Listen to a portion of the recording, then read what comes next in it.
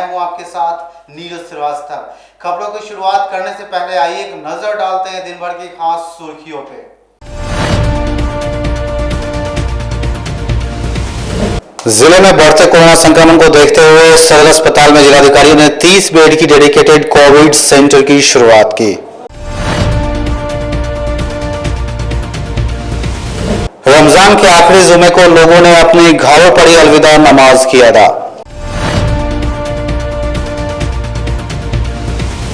और पूर्व मंत्री सुरेश शर्मा ने बढ़ते कोरोना संक्रमण को देखते हुए शहर को सैनिटाइज करने की शुरुआत की। ये थी आज की सुर्खियां और अब खबरें विस्तार से। जिले में बढ़ते कोरोना संक्रमण को देखते हुए सदर अस्पताल में जिलाधिकारी ने 30 बेड की डेडिकेटेड कोविड सेंटर की शुरुआत की। मौके पर जिले के आलाधिकारी मौजूद रहे। कोरोना के बढ़ते संक्रमण को देखते हुए जिले के सदर अस्पताल में 30 बेड का डेडिकेटेड कोविड केयर सेंटर शुरू किया गया है। जिलाधिकारी प्रणव कुमार ने आलाधिकारियों के साथ फीता काटकर विधिवत शुरुआत की, साथ ही कोविड केयर सेंटर का निरीक्षण भी किया है। इस दौरान जिलाधिकारी प्रणव कुमार ने बताया कि इस कोविड केयर में खासियत यह है कि यहाँ पर सदर अस्पताल में प्लांट है और वहां से ऑक्सीजन का उत्पादन होता है और इसका फायदा मरीजों को मिल पाएगा। यहाँ पर बेहतर तरीके से स्वास्थ्य व्यवस्था दी जाएगी। वहीं आज से यह कोविड केयर शुरू कर दिया गया है और डॉक्टरों चिकित्सकों का रोस्टर तैयार किया जा चुका है। वहीं इस दौरान मौके पर जिलाधिकारी के साथ SSP Jayant Kant, civil surgeon समेत आलाधिकारी मौजूद थे। आज यहाँ पर हम लोगों ने डीसीएच के रूप में यहाँ पर जो एमसीएच विंग था, यहाँ पर ऑलरेडी 3-4 दिन पहले ऑक्सीजन प्लांट का अधिष्ठापन किया गया है और उसी के परिप्रेक्ष्य में इसको, यद्यपि एमसीएच था लेकिन हम लोगों ने इसको कोविड सेंटर के रूप में डेवलप किया है ताकि ऑक्सीजन प्लांट का भी पूरा सदुपयोग हो सके और एक बेहतर तरीके की यहाँ स्वास्थ्य व्यवस्था दी जाएगी। और सभी पेशेंट्स से भी मेरा ये अपील रहेगी कि बिल्कुल निसंकोच, निस्संदेह यहाँ काफ़ी बेहतर सुविधा हम लोग देने जा रहे हैं। ज़रूर इस सुविधा में आवें और ट्रीटमेंट प्रोटोकॉल भी बेहतर व्यवस्था सुनिश्चित कराई जाएगी। और जैसा कि हम लोग देख रहे हैं कि काफ़ी अच्छी व्यवस्था की गई है, तो हम लोग इस व्यवस्था को सुनिश्चित कराएंगे। तत्काल हम लोग 30 बेडेड हॉस्पिटल यहाँ पर शुरू कर रहे हैं और ये आज से यहाँ प्रारंभ हो गया है और डॉक्टर्स की रोस्टर ड्यूटी वगैरह भी सुनिश्चित करा दी गई है। माह रमजान के आखिरी जुमे में मुस्लिम समुदाय के लोगों ने अपने घरों पर ही अलविदा नमाज अदा कर कोरोना संक्रमण जल्द खत्म हो इसकी दुआ मांगी। पाक माह रमजान के आखिरी जुमे पर बढ़ते कोरोना संक्रमण के नियंत्रण के लिए शुक्रवार को लोगों ने स्वेच्छा से अपने घरों में अलविदा नमाज अदा की। वहीं कोविड प्रोटोकॉल के तहत मस्जिदों में जमात नमाज के लिए प्रशासन से इजाजत नहीं मिली। घरों में ही रमजान शरीफ की अलविदा की नमाज रोजेदारों ने नम आंखों से अदा की। रोजेदारों ने मुल्क की तरक्की और अमन चैन के साथ ही मानव जाति की भलाई के लिए कोरोना संक्रमण की समाप्ति की अल्लाह से दुआ की। वहीं कोरोना संक्रमण की चेन तोड़ने के लिए लॉकडाउन की वजह से मौजूदा समय में धर्म स्थलों में भीड़ एकत्र न करने पर मनाही है। इसी वजह से कोविड प्रोटोकॉल के तहत मस्जिदों में भी नमाज के लिए लोगों से एकत्र नहीं होने की अपील की गई थी। प्रशासन के साथ ही मौलानाओं ने भी पहले से ही लोगों को ताकीद कर दिया था कि मस्जिद आने की बजाय घरों पर ही अलविदा की नमाज अदा की जाए। कोरोना संक्रमण के चलते लॉकडाउन को देखते हुए मस्जिदों का रुख न करें। ऐसे में महिलाओं और बच्चों ने घरों में ही कोविड गाइडलाइन का पालन करते हुए नमाज अदा की और अल्लाह से इस महामारी से निजात के लिए दुआ की। आज हम लोग का अलविदा जुमा की नमाज था। हम लोगों ने सोशल के साथ अपने घर पे ही पढ़ा और भगवान से, अल्लाह से प्रार्थना किया कि इस कोरोना, इस महामारी से हम लोग को जल्दी से जल्दी मुक्ति मिले। और सभी देशवासियों को कहना चाहता हूँ कि सभी लोग अपने घर पे ही रहें, स्टे होम, और सरकार की गाइडलाइन का पालन करें, क्योंकि इसी में हम लोग की भलाई है।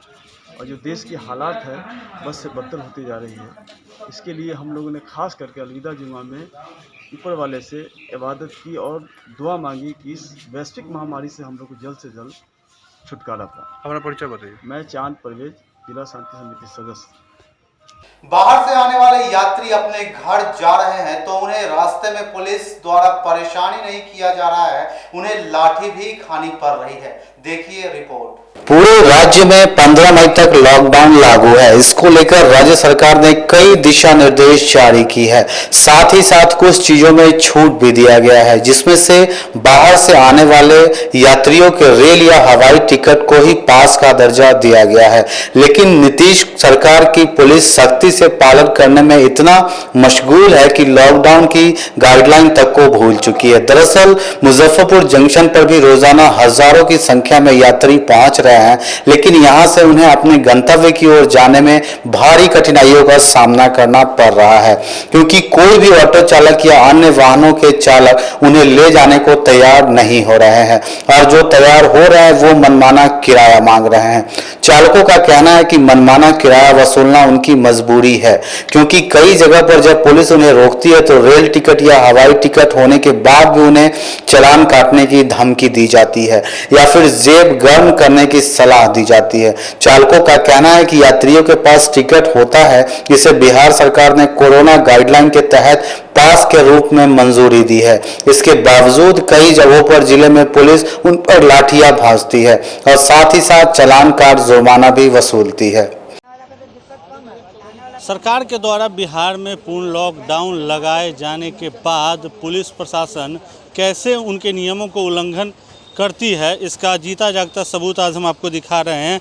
ये ऑटो चालक हैं जो कि मुजफ्फरपुर जंक्शन पे जो यात्री उतरते हैं उनको ये ऑटो चालक घर तक लेकर जाते हैं, और रास्ते में इनके साथ ट्रैफिक पुलिस द्वारा मारपीट की जाती है और जाने में डिस्टर्ब किया जाता है। जबकि नीतीश कुमार के द्वारा साफ साफ कहा गया है कि जो भी यात्री बाहर से आ रहे हैं उनका पास टिकट ही होगा।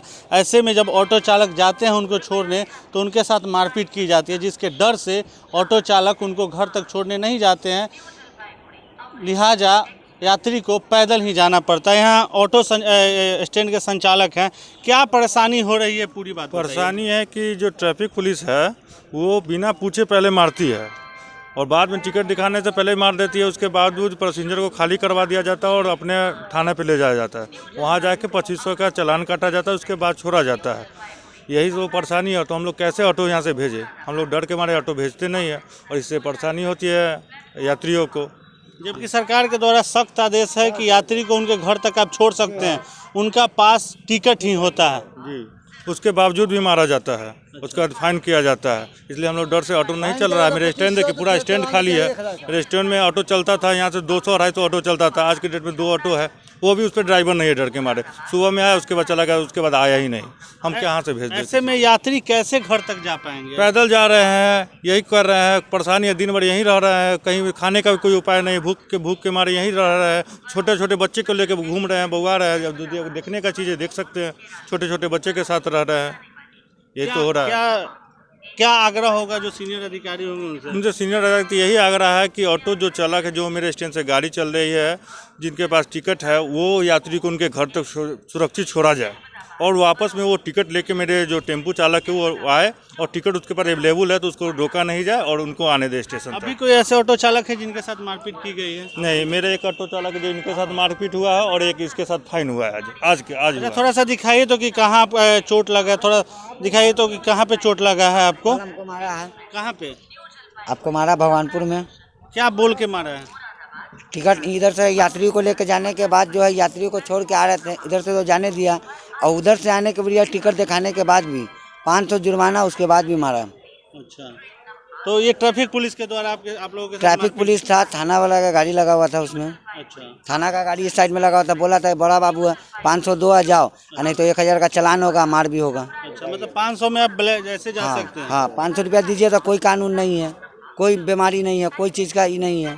तो देख सकते हैं कि किस तरीके से मुजफ्फरपुर में ट्रैफिक पुलिस के द्वारा किया जा रहा है। इधर क्या आप ऑटो चालक है ना, क्या आपके साथ भी मारपीट की गई है? जी। कहाँ पे मारपीट की गई है? मेरे नीचे जांग मारा गया। किस जगह पे? स्टेशन पे। क्या काहे ऐसा किया गया?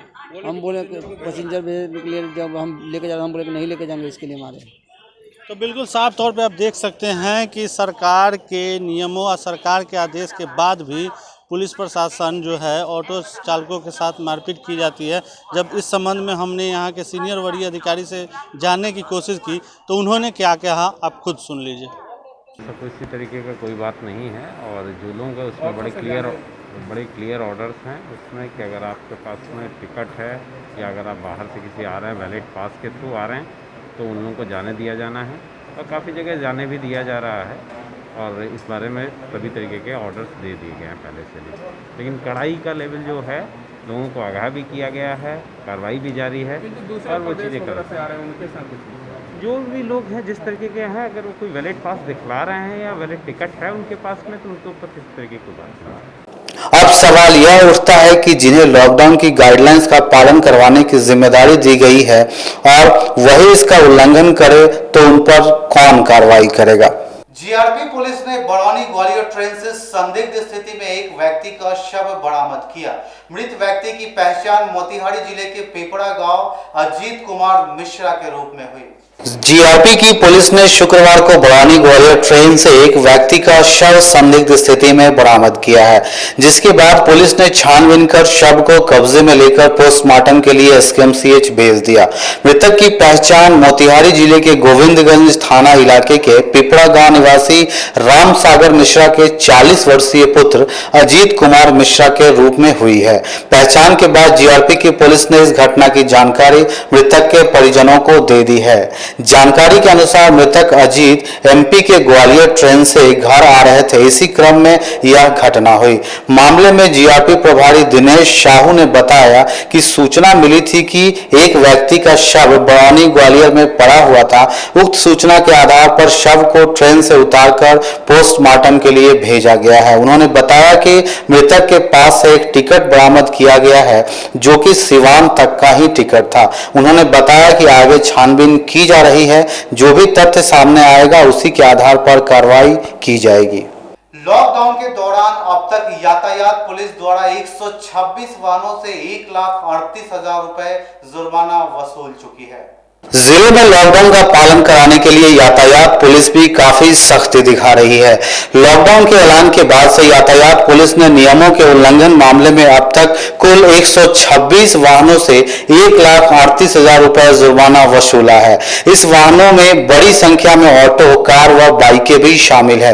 आपको बता दें कि कोरोना के बढ़ते संक्रमण को देखते हुए राज्य सरकार ने 5 मई से लेकर 15 मई तक पूरे राज्य में लॉकडाउन लागू कर दिया है। इस नियम को सख्ती से पालन कराने के लिए जिला पुलिस लगातार अभियान चलाकर जुर्माना वसूल रही है। इसी क्रम में ट्रैफिक पुलिस ने कार्रवाई की है। यातायात प्रभारी वीरेंद्र कुमार सिंह ने बताया कि पकड़े गए वाहनों से कुल 1,38,000 रुपए की जुर्माना राशि वसूली गई है। साथ ही आगे भी लॉकडाउन का उल्लंघन करने वालों पर पुलिस कड़ी कार्रवाई करेगी। जब से लॉकडाउन लगा है विगत आज तीसरा दिन है, तो अभी तक जो है 126 गाड़ियों का जो है ट्रैफिक थाना से जब्त करके चालान काटा गया है। 2 से 2.5 दिन का जो अंतराल है अभी चल रहा है उसमें। ये लॉकडाउन लगने के बाद अच्छा, सरकार के द्वारा जो नियम लाया गया है अगर वो लोग उल्लंघन करते हैं उनके लिए क्या संदेश रहेगा आपके द्वारा? उनके लिए सीधा है कि किसी भी हालत में कोरोना संक्रमण का जो दौर चल रहा है उससे बचाव बहुत ज़रूरी है। उसी के लेकर के सरकार ने जारी किया है दिशा निर्देश, उसका पालन करें। ज़िंदगी बहुत महत्वपूर्ण है, उसको बचाएं, कानून का पालन करें। जो भी प्रोटोकॉल आ रहा है पेपर में, मीडिया में, प्रशासन के द्वारा जो निर्देश दिया जा रहा है उसका अच्छा पालन हो और इसको पालन करवाना हम लोगों का परम कर्तव्य है। क्या लगा मुजफ्फरपुर में पालन होता दिख रहा है? बिल्कुल, अभी 100% जो है गाड़ियों का परिचालन रुका हुआ है। 100% परिचालन रुका हुआ, वही गाड़ी जा रही है जो या तो दवा से संबंधित है या बहुत इमरजेंसी है, तभी उनको जांच परख के बाद छोड़ा जा रहा है। सिटी न्यूज में फिलहाल वक्त हो चला एक छोटे से ब्रेक का, तो फौरन हाजिर होते हैं, कहीं मत जाइए, बने रहिए सिटी न्यूज के साथ। ST International School. If you want to give your child a strong foundation, the school of your dream. Play to 10th based on CBSE curriculum. हमारे यहाँ अनुभवी एवं प्रशिक्षित शिक्षकों द्वारा बच्चों के देखभाल के साथ स्मार्ट क्लास द्वारा शिक्षण की सुविधा है। कक्षा 1 से 10 तक कंप्यूटर की मुफ्त शिक्षा के अलावे छात्र एवं छात्राओं के संगीत तथा नृत्य की शिक्षा की भी व्यवस्था है। पूरा स्कूल सीसीटीवी कैमरे से लैस है। स्कूल में बच्चों का नामांकन फ्री किया गया है। हमारे यहाँ अपने बच्चों के उज्जवल भविष्य के लिए जरूर पधारें। हमारा पता है बांध road, Shekhpur, Akhara Ghat, Muzaffarpur. Our contact number is 8757652616 and 9955132616। हमारे स्कूल का कुछ मेन फीचर्स है, जैसे बच्चों की देखभाल करना। हमारे यहाँ पुस्तकालय वगैरह की पूरी अच्छी तरीके से व्यवस्था है। क्लासरूम सारा बना हुआ है। सीसीटीवी कैमरे से हमारा क्लासरूम डेकोरेटेड है। सिक्योरिटी के भी विजन से हमारा क्लासरूम बहुत प्रोटेक्टेड है। हमारे यहाँ जो भी शिक्षक शिक्षिकाएं आई हैं पढ़ाने के लिए, वो काफ़ी वेल एडुकेटेड हैं और वेल वर्स्ड भी हैं। हमारा विद्यालय भी चारों तरफ से बना हुआ है। हमारे यहाँ लैब बहुत अच्छे से बना हुआ है। कंप्यूटर की फ्री शिक्षा हम इस बार इसको दे रहे हैं। हमारे यहाँ नामांकन प्रारंभ है।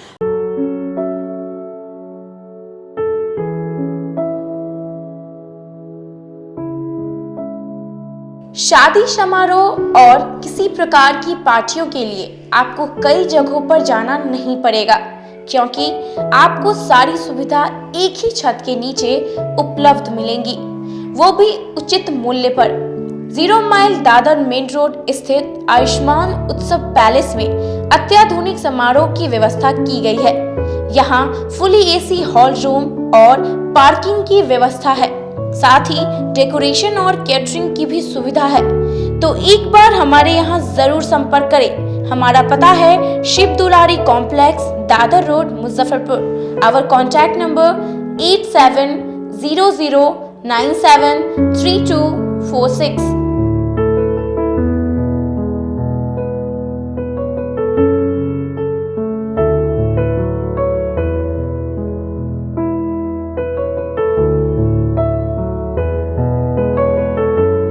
मुजफ्फरपुर की शान और अपने कलाकृतियों से बॉलीवुड के स्टारों में अपनी पहचान बना चुका बाबा की दुकान लहठी भंडार पिछले 50 वर्षों से आपके पसंद का ख्याल रखती है।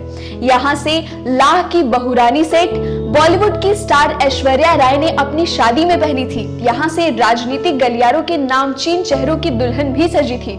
हमारे यहाँ शादी सेट, बहुरानी सेट, जयमाला सेट, लाह के फैंसी आइटम कुशल कारीगरों द्वारा निर्मित कराई जाती है।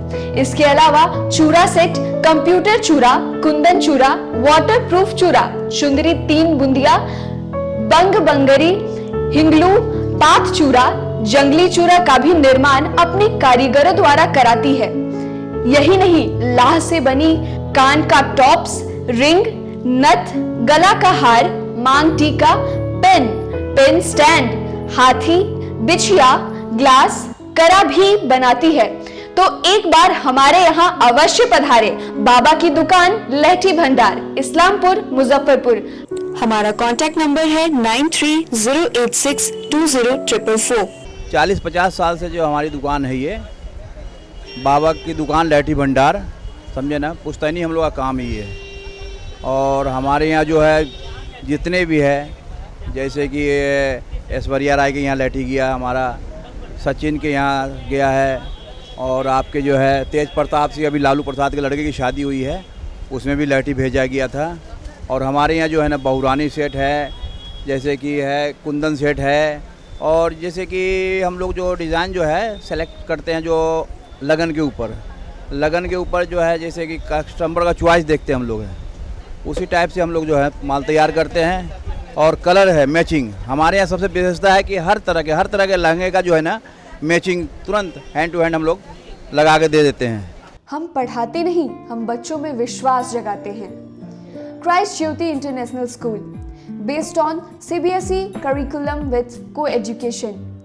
इस स्कूल में प्रत्येक विषयों के लिए अनुभवी शिक्षकों का समूह है।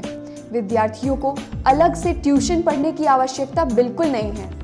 बच्चों को प्रत्येक विषयों के लिए अलग से अतिरिक्त कक्षाएं दी जाती हैं। साइंस और कंप्यूटर लैब की व्यवस्था के साथ उत्तम खेल कूद के लिए बड़ा सा कैंपस भी है। नर्सरी के बच्चों को खेल कूद की विधि से पढ़ाई जाती है। केंद्रीय माध्यमिक शिक्षा बोर्ड पर आधारित पाठ्यक्रम से कक्षा प्ले हाउस व नर्सरी से अष्टम वर्ग तक ये नामांकन प्रारंभ है। तो नामांकन के लिए तुरंत संपर्क करें। हमारा पता है Christ Jyoti international school, Dharmodaya स्थली, माधोपुर सुस्ता, मुजफ्फरपुर। के रूप में ज्वाइन किया क्राइस्ट ज्योति स्कूल को, और यहाँ की व्यवस्था, यहाँ के पेरेंट्स सारे लोग पूरी तरह से बच्चों की पढ़ाई के प्रति जो केयरलेस थे, मैंने उन्हें जागरूक करने की कोशिश किया और उस व्यवस्था को बदलने के लिए मैं हर संभव प्रयास करती हूँ। जहाँ तक हो पाएगा मैं इसे आगे बढ़ाऊँगी, इसे आगे बढ़ाना ही मेरा कर्तव्य है। अब आ गया है आपके अपने शहर में उत्तर बिहार का पहला नीलकमल एक्सक्लूसिव शोरूम। नीलकमल इंडिया की फेवरेट फर्नीचर ब्रांड है। इस कंपनी के सभी रेंज एक ही छत के नीचे आपको मिलेगी। होम फर्नीचर, ऑफिस फर्नीचर की सभी रेंज यहाँ पे उपलब्ध है। कंपनी का एक्सक्लूसिव शोरूम होने के कारण 40% तक की विशेष छूट यहाँ मिल रही है। इसके अलावा 0% इंटरेस्ट के साथ बैंक से फाइनेंसिंग की भी सुविधा उपलब्ध है। तो देर मत कीजिए, एक बार हमारे यहाँ अवश्य पधारें।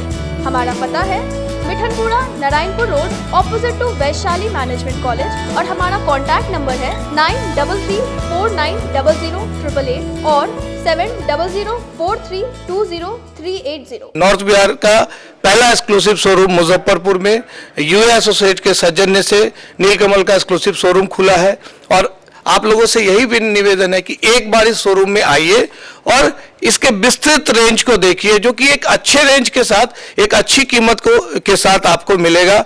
तो एक बार हम लोगों को आप सेवा करने का मौका दें। शिक्षा के क्षेत्र में अपना एक स्थान बनाने में सफल आवासीय भारती इंटरनेशनल स्कूल बच्चों को नर्सरी से लेकर +2 तक की बेहतर शिक्षा देने को लगातार प्रयासरत है। सीबीएसई पाठ्यक्रम पर आधारित यह स्कूल पढ़ाई के साथ साथ खेलकूद और व्यक्तित्व विकास पर विशेष ध्यान दे रही हैं। हमारी मुख्य विशेषताएं हैं छात्राओं के लिए हॉस्टल की व्यवस्था, अनुभवी एवं प्रशिक्षित शिक्षकों द्वारा बच्चों की देखभाल, स्पोर्ट्स और आत्मरक्षा की भी तैयारी दी जाती है।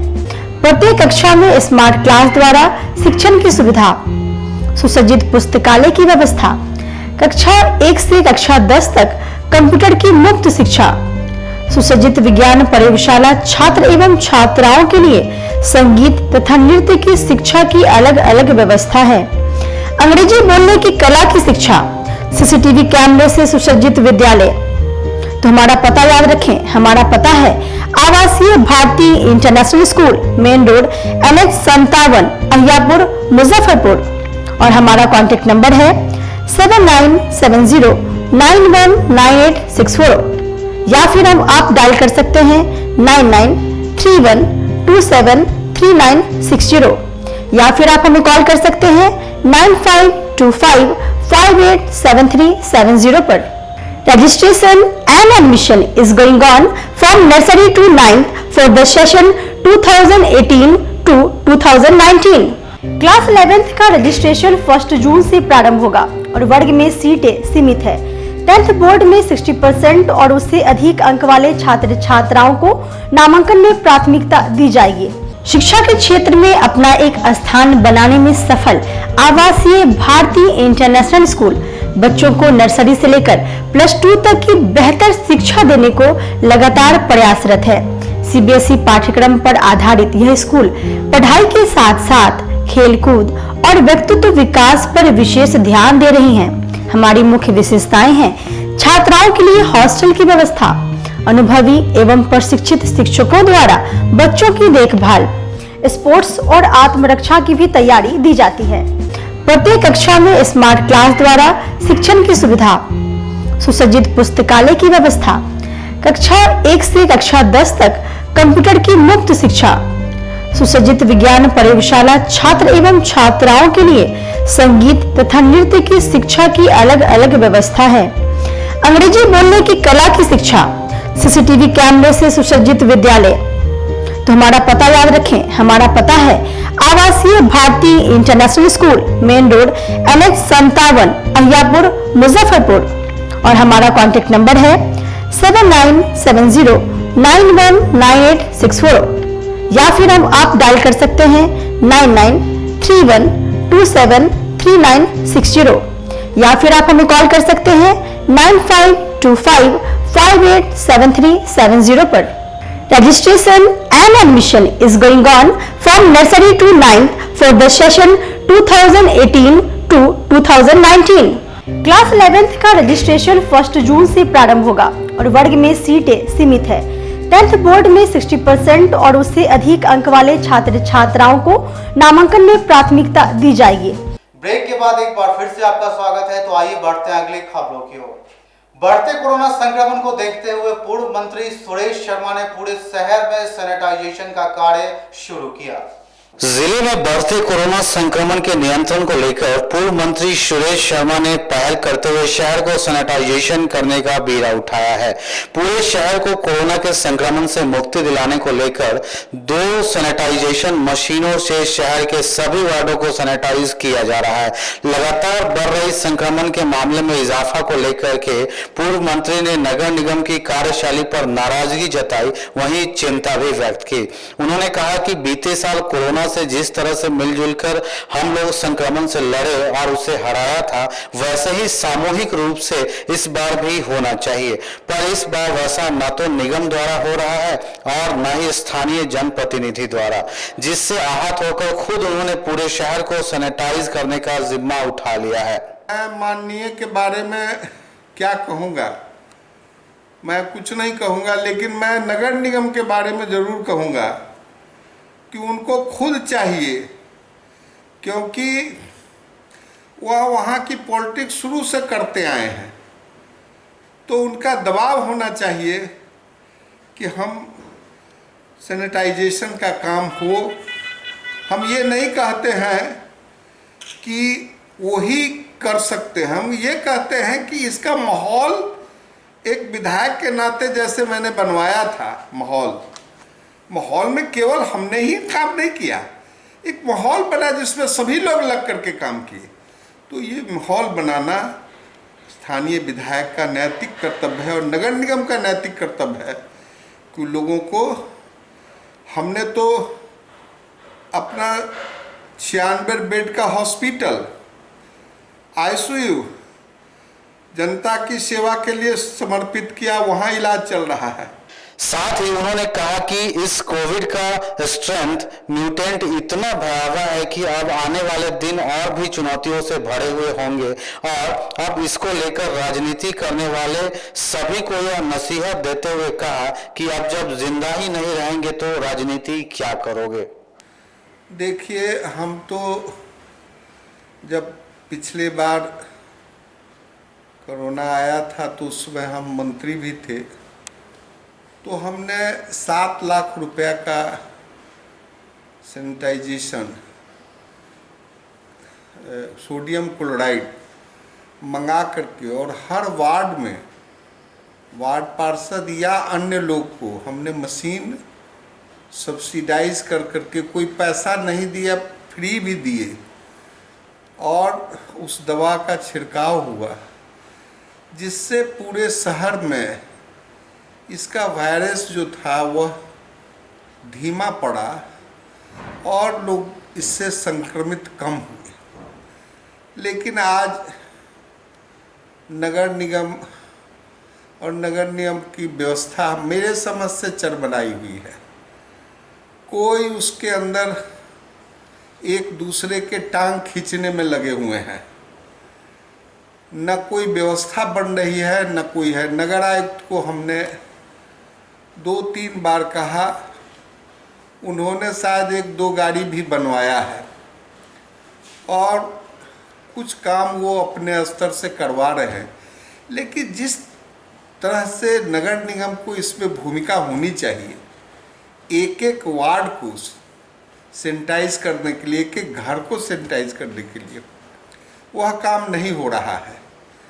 हम समझते हैं कि आज पटना के बाद सबसे ज़्यादा मौतें मुजफ्फरपुर में हो रहा है, और टेस्ट अगर पूरा हो जाए तो जो आंकड़े आ रहे हैं इससे 4 गुना ज़्यादा आंकड़ा और मिलेगा।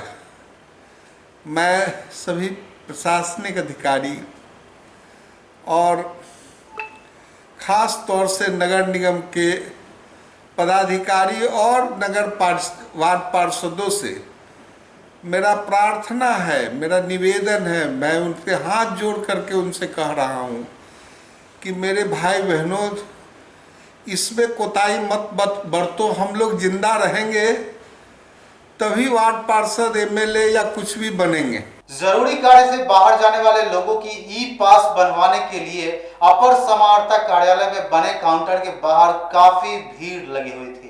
बिहार में कोरोना के बढ़ते संक्रमण की चेन तोड़ने के लिए 15 मई तक लॉकडाउन लागू कर दिया गया है। इस दौरान अगर किसी व्यक्ति को किसी जरूरी कार्य से कहीं जाना हो तो उन्हें ई पास लेना आवश्यक है। वहीं जिले में ई पास के लिए समाहरणालय स्थित अपर समाहर्ता के कार्यालय में काउंटर बनाया गया है, जहां सुबह से आवेदकों की भीड़ लगी हुई थी। वहीं पास जारी कराने की आपाधापी के बीच शुक्रवार को ऐसे लोग भी बेवजह परेशान होते दिखे जिनका जिला से बाहर निकलना काफी जरूरी है। वहीं परेशान एक व्यक्ति ने बताया वह सुबह से ही खड़े हैं, शाम होने तक पास नहीं बन पाया है। दिया हुआ है कैटेगरी पास के लिए है, ई पास के लिए है जी। क्या परेशानी हो रही है? अभी तक कहाँ मतलब ऑनलाइन दे ही नहीं रहा। ऑनलाइन करके उसके बाद हार्ड कॉपी जमा की है और उसका प्रिंट अभी तक नहीं दे रहा, पास दे ही नहीं रहा है। वहीं नोडल अधिकारी राजेश कुमार ने बताया कि बड़ी संख्या में लोग साइट पर ई पास के लिए अप्लाई कर रहे हैं, जिन्हें पास दिया जा रहा है। जिसको जितनी अवधि का जरूरत है उस अनुसार ये दिया जा रहा है। इसमें शादी ब्याह श्राद्ध और कोई मेडिकल कॉज से आना जाना है अगर किसी का, है ना, और इसी तरह जो आवश्यक सेवाएं हैं उससे संबंधित अगर किन्हीं को कोई पास की ज़रूरत हो तो उसको बनाया जा रहा है। इसके लिए जो आवेदक होंगे उनको सर्विस ऑनलाइन पोर्टल पर सर्विस ऑनलाइन बिहार.gov.in पर अप्लाई करना होगा। अंतर जिला और अंतर राजकीय के लिए अलग अलग अंतर जिला और अंतर राज्य वाला जो है ये यहाँ से मिलेगा, कलेक्ट्रेट से मिलेगा, और जिला के अंदर वाला जो है वो एसडीओ पूर्वी के यहाँ से मिलेगा। किन किन सेवाओं के लिए ई पास निर्गत की जा रही है?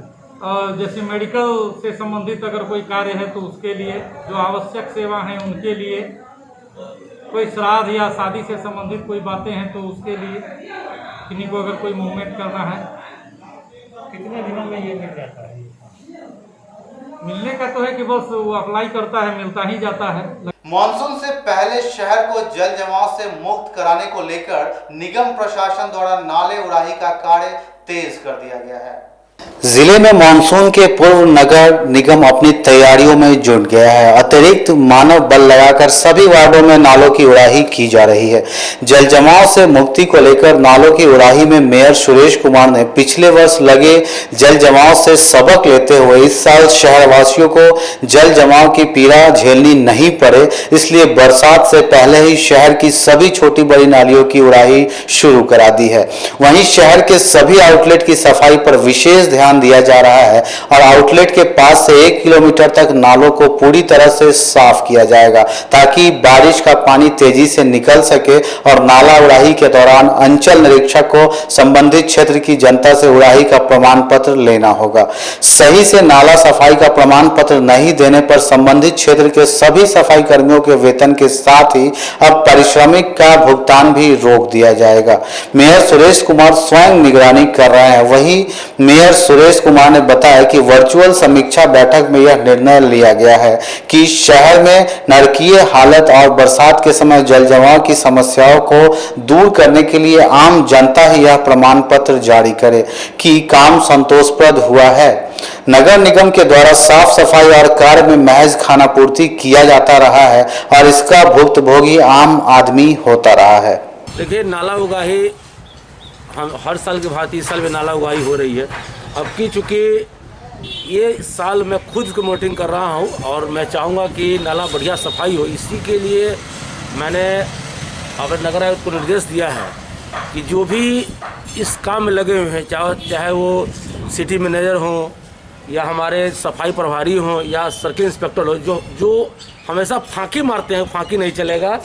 अब की बार जो भी इसको कहता अनुश्रवण समिति, जो भी वार्ड में काम होगा वहाँ कम से कम 20 गिरी स्वामी का जो ये लिखेंगे कि हाँ हमारा वार्ड का नाला चाहे छोटा हो चाहे बड़ा हो, नाला सफाई हुई है, सिल्ट निकला है, तभी उस कर्मी का भुगतान होगा और हमारे सिटी मैनेजर साहब को ही सर्टिफिकेट दिया है कि हाँ आपने काम किया है। मानसून पूर्व तैयारियाँ पूरी? हाँ, मानसून से पूर्व तैयारियाँ हो रही है और भरसक हम लोगों की पूर्ण कोशिश रहेगी आपकी जल जमाव ना हो।